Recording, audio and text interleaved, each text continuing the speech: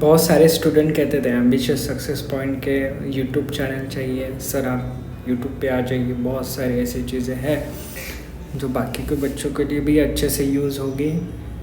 तो ठीक है, ऑन 15 अगस्त ओके, मैं चाहता हूँ कि मैं यूट्यूब पे भी आ जाऊँ। बट देखिए, मैं ऑफलाइन ट्यूशन पे बहुत विश्वास रखने वाला व्यक्ति हूँ। मैंने हमारे जो इंस्टीट्यूट में है, जो बच्चे ऑफलाइन आके ही पढ़ते हैं, दूर दूर से ही बहुत बच्चे आते हैं यहाँ पे। बट अभी थोड़ा सा जो एटमॉस्फेयर चल रहा है, जो बाहर भी चल रहा है, इस वजह से मैंने भी यूट्यूब पे आने की ये छोटी सी कोशिश की। देखते मैं यूट्यूब पे रन करूँगा या नहीं। बट मैं ये चाहता हूँ कि जो मैं पढ़ा रहा हूँ उसको ठीक तरह से हर किसी को मिले, हर किसी को इसका फ़ायदा हो। नाउ ये वीडियो मैं इस वजह से बना रहा हूँ कि जो नेशनल डिफेंस एकेडमी के जो एग्ज़ाम है वो है 4 सितंबर को है। तो इस 4 सितंबर के एग्ज़ाम के लिए हमारा जो प्रिपरेशंस, जो स्ट्रैटेजी है वो किस प्रकार से चाहिए। जैसे कि देखिए, आज है 15 अगस्त, we have total the 16 days for this August month. But हम आगे के 3 days को नहीं कंसिडर करेंगे। तो वैसे देखा जाए तो we consider the 15 days only.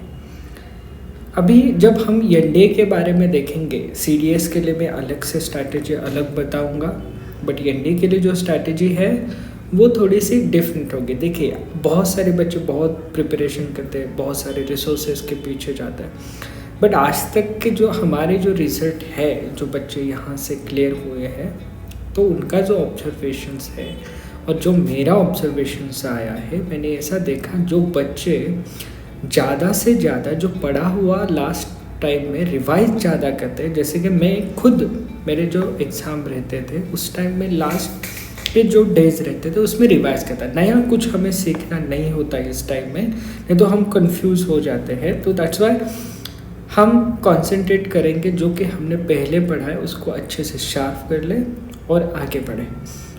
अभी जो स्ट्रैटेजी है मैं उसको डिवाइड करूँगा।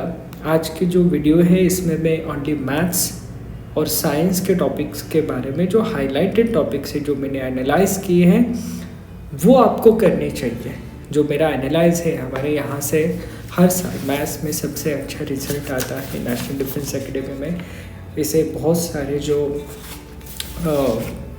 टॉपिक है जो मैं खुद एनालाइज करता हूँ 4-5 साल के पेपर से, तो वो जो टॉपिक है वो आपने इस बचे हुए दिनों में रिवाइज करने चाहिए। जिसमें जैसे कि सेट रिलेशन है, उसके ऊपर भी हर साल बहुत अच्छे क्वेश्चन आते हैं।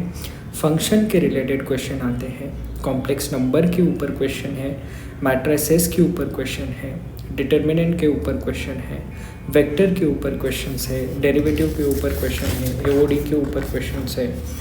उसके साथ साथ इंडेफिनाइट इंटीग्रेशन जो है उसके ऊपर भी आपको क्वेश्चन आएंगे।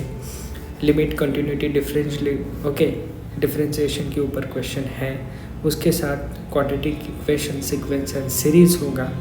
एंड मेथड ऑफ इंडक्शंस, वो कुछ ऐसे टॉपिक है। टोटल मैंने जो टॉपिक जो बच्चों को बताता हूँ, टोटल आपको जो अरिहंत पाथफाइंडर में दिए हुए टॉपिक होंगे या RS अग्रवाल के अंदर जो दिए हुए टॉपिक होंगे, they are the lots of topic, मतलब बहुत ज़्यादा है। बट इसमें से ही आपको क्या करना है, कुछ ऐसे टॉपिक है उसको सिलेक्ट करना है। उसकी जो लिस्ट है मैं आपको वो शेयर करूँगा। बट आप इस वीडियो के अंदर जितने भी टॉपिक लिए वो बहुत इंपॉर्टेंट टॉपिक है। उसके साथ साथ स्टैटिस्टिक के लास्ट टाइम में टोटल 6 क्वेश्चंस आए थे। दैट्स वाई हमें यहाँ पे हमारे मार्क्स जो है ना उसको कम्प्लीटली ग्राफ्ट करते जाना है, ठीक तरह से कलेक्ट करते जाना है। ऐसा ना हो कि हमारे मार्क कहीं तो कट हो गए और हमने जो टॉपिक है उसको ठीक तरह से किया नहीं और उसके ऊपर अच्छे खासे क्वेश्चन आए, बाद में आपको बहुत ज़्यादा रिग्रेट होता है। तो अभी ये जो 15 डेज़ बचे हुए होंगे, क्या 18 डेज़ हम कंसिडर करें, तो इसमें आपको किस तरह से पढ़ाई करना है, जिसमें से मतलब जहाँ से आपने पढ़ाई की है, मतलब जिस बुक से पढ़ाई की है उस बुक से अच्छे से रिवाइज करें।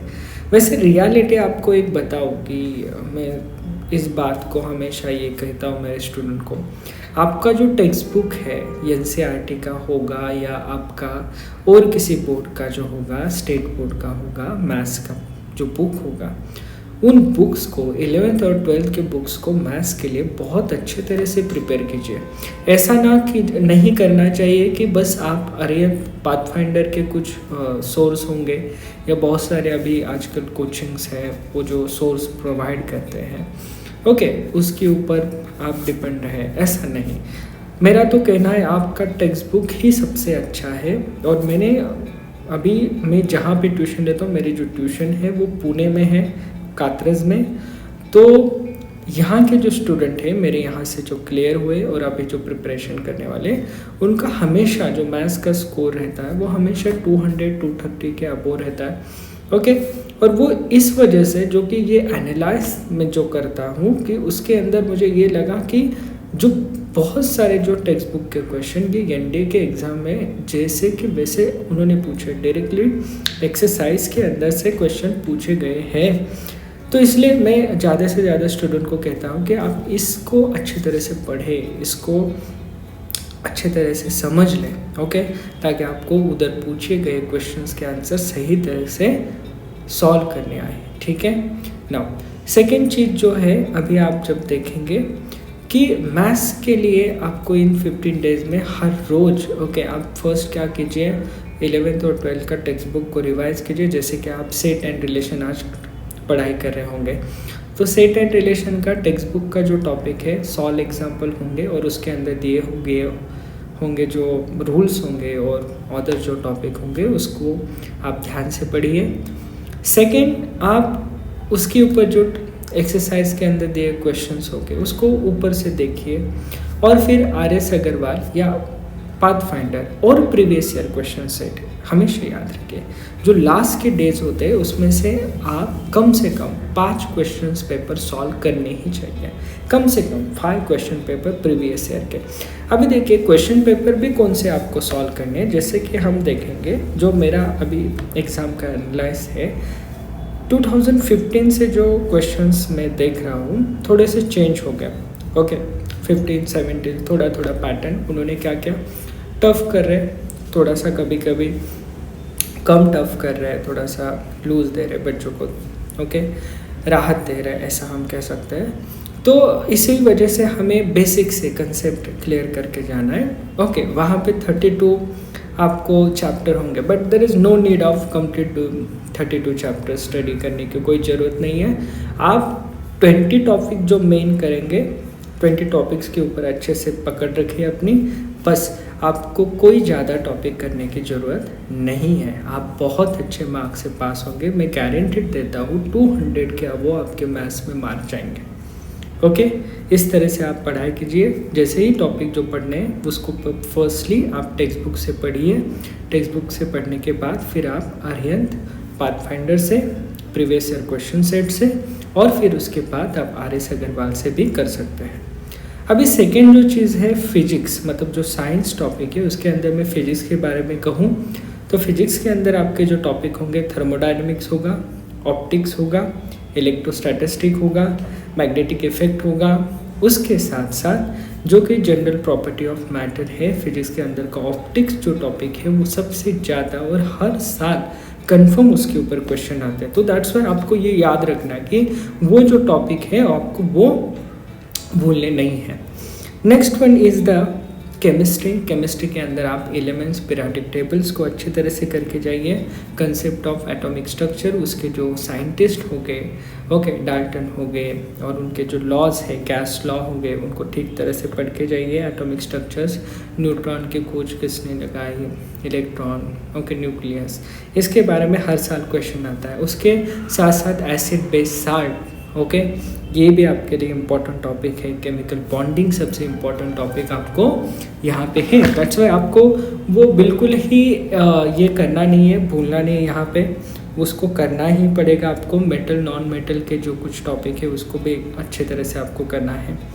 बायोलॉजी के अंदर सेल डिवीजन होगा, उसके साथ साथ structural organisation, plant and animal के ऊपर जो होगा, उसके ऊपर आप कीजिए प्लांट फिजियोलॉजी के ऊपर के question, human system 1, human system 2 के ऊपर भी आप पढ़ाई कीजिए, ह्यूमन हेल्थ एंड डिसीज़ के ऊपर, और इन्वायरमेंटल साइंस के जो क्वेश्चन है उसको आप अच्छे तरह से पढ़ाई कीजिए।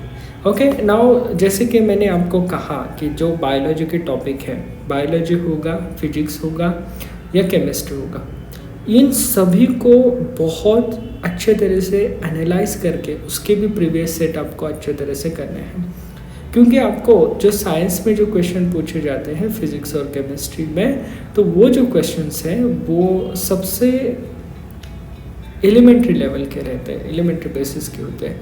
आपको रिएक्शन में डिकम्पोजिशन, कॉम्बिनेशंस होगा, ये इस टाइप के हैं मोलिकुलर स्ट्रक्चर में, बट वो जो क्वेश्चन पूछने का जो तरीका है वो बहुत घुमा के है। अभी दूसरे जो टॉपिक है, जैसे कि मैंने आपको ज्योग्राफी होगा, हिस्ट्री होगा, इन जो टॉपिक को मैं आपको बाद में डिस्कस करूँगा। आज के वीडियो में मैं इतना ही डिस्कस करूँगा। और कैसा ये फर्स्ट डे है मेरा, तो आई एम थोड़ा नर्वस हो ये से ऑनलाइन आना, बट ऑफलाइन में मैं खा जाता हूँ बच्चों को, बट ठीक है। इसी तरह से आप इस टॉपिक के ये कीजिए, और किसी को और प्रॉब्लम होगा मैं इस वीडियो के नीचे मेरा नंबर लिखूँगा। ओके, आप मुझे हर रात को, मैं 8:30 को फ्री हो जाता हूँ, 8:30 से 10 o'clock तक आपको जो कुछ पर्सनल गाइडेंस चाहिए होगा आप मुझे मोबाइल पे कांटेक्ट कर सकते हैं डायरेक्टली। एग्ज़ाम के लिए मैं आपको हेल्प करूँगा ज़रूर। ओके, कोई भी डाउट होगा मैं आप पूछ सकते हैं, ऐसा नहीं है कि आप, बट उससे आप 8 बजे के बाद ही कॉल कीजिए शाम को, उससे पहले मत कीजिए, क्योंकि मैं उस टाइम अवेलेबल नहीं रहूँगा, मेरे ऑफलाइन लेक्चर चलते हैं। तो ऑफलाइन लेक्चर की वजह से मैं ऑनलाइन थोड़ा सा कम आ जाऊँगा, बट मैंने तो अभी यूट्यूब चैनल स्टार्ट किया है। आप जो दूर है बच्चे जिनको यहाँ पे नहीं आ सकते, मतलब वो इस चैनल के ज़रिए सीख सकते हैं। कुछ दिनों के बाद में कुछ लेक्चर्स हो गए, पेपर एनालाइज किस तरह से करना है, ये सब जो टॉपिक है मैं इसमें ऐड करूँगा। ठीक है।